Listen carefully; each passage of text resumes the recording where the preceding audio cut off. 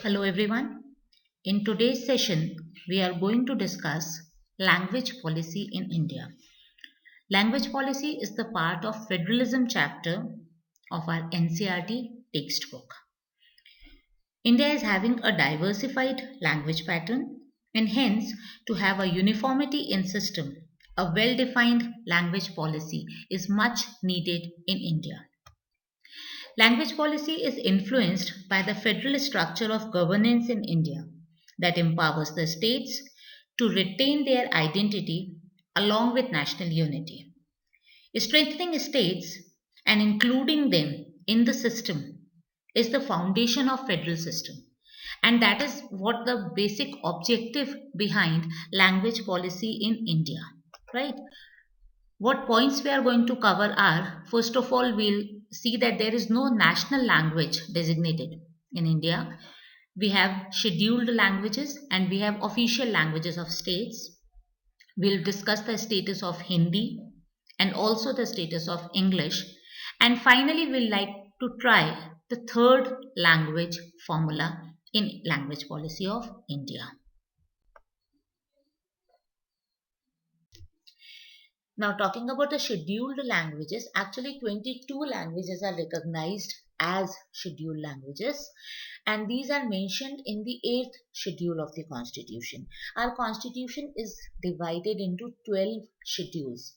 Other than the articles that we are having 12 schedules in our Constitution, which are giving small piece of details regarding the constitutional provisions. So 8th schedule is having the list of all 22 languages which are recognized as scheduled languages. You can see it over here. Now, these scheduled languages are actually coming up from the demand for equality. Why? Because if a state is having, say, Konkani as its language, right? Now, Hindi or English cannot be imposed. Try to understand the importance of why we need to have such a vast and diversified language policy, right? Since because we are having the diversified nature of our country, so we need to include. Federalism is a policy of including the diversities. Okay, so to include the diversities in terms of language from all the states, we are having the concept of scheduled languages. Over a period of time, 22 languages are recognized as scheduled languages and they are listed under the 8th schedule of the Constitution.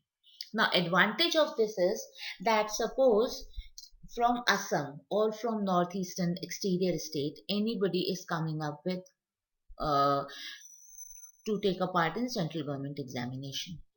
That time he may not be comfortable with Hindi or English, but at the same point of time he can go with his own scheduled language like Manipuri. You can see number 9 Manipuri is there, so or Assamese is there as number 1 or Bengali is there as number 2. So if they can attempt the paper in this language, which is their own language, obviously their performance will be better rather than if they are forced to perform in Hindi or English. So, scheduled languages are taken. Another purpose of taking scheduled language is that the local level official administration, they can work in their language. This permission is given to them, so that becomes the official language of states. Fine, each state has got its own official language. That is something out from those 22 scheduled languages you can see over here. Then much of the government work takes place in that official language of the concerned state. So suppose you are talking about Uttar Pradesh. Uttar Pradesh is going to work in Hindi as the official language. Madhya Pradesh is going to work as Hindi as official language. But Gujarat administrative functions can be done in Gujarati. Karnataka administrative functions are being done in Kannada. I am talking about the local level administrative work. Okay. Of course, if a letter is going from Kannada government to central government, that is government of India, it will go in English, right? But if a letter is going from Bangalore office to suppose any other place within Karnataka. In that case, they will use the Kannada language. Fine. So that actually gives a sort of flexibility to states in terms of government, in terms of administration. At the same point of time, people are not having this feel that a particular language is being imposed on them. They feel comfortable with their local language, and it is up to them if they want to continue with Hindi or English other than their local language, right? Now, of course, Hindi is important. We cannot say that Hindi is something that we can forget completely.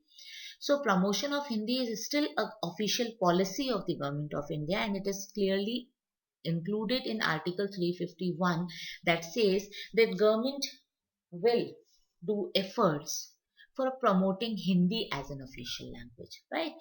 Still, in non-Hindi speaking states, Hindi is never forced to be accepted. English was actually the use of English when the constitution was made. You know that we got freedom from the Britishers, so English was there in our roots that time, right? And Hindi was, of course, there as our language. So it was decided that till 1965 we will continue with English for official purposes. By the time it was thought that we can take up Hindi properly and then we can leave English. But later on, when reorganization of states took place, when Indian geographical area or the shape of India properly came into existence, then non-Hindi speaking states came up with the demand of continuing English for official purposes. So now you have Hindi, you have English, and you have the local scheduled language for any state to follow as official language. Then the constitution makers came up with a third language formula. The third language formula was implemented in 1968. 1965 English was supposed to stop with it, which actually didn't work. So then the makers came up with a third language formula. Then MOE, the organization, recommended the third language formula in a way that while studying in Hindi speaking states, the students will go with English, Hindi, and any modern Indian language. That is depending on the school or depending on the board what they are offering as the third language. But when it comes to non-Hindi speaking states, one language is English, that is compulsory. Second language becomes Hindi, and third language could be any native language depending upon again the state. Right. Tamil Nadu is an exception that continued with two language policy, and it does not show anywhere in its economic growth or social structure that it is becoming a problem for Tamil Nadu. Still, it was Tamil Nadu's choice of that time. Now, what is the need of such a diversified language policy is basically it serves three purposes.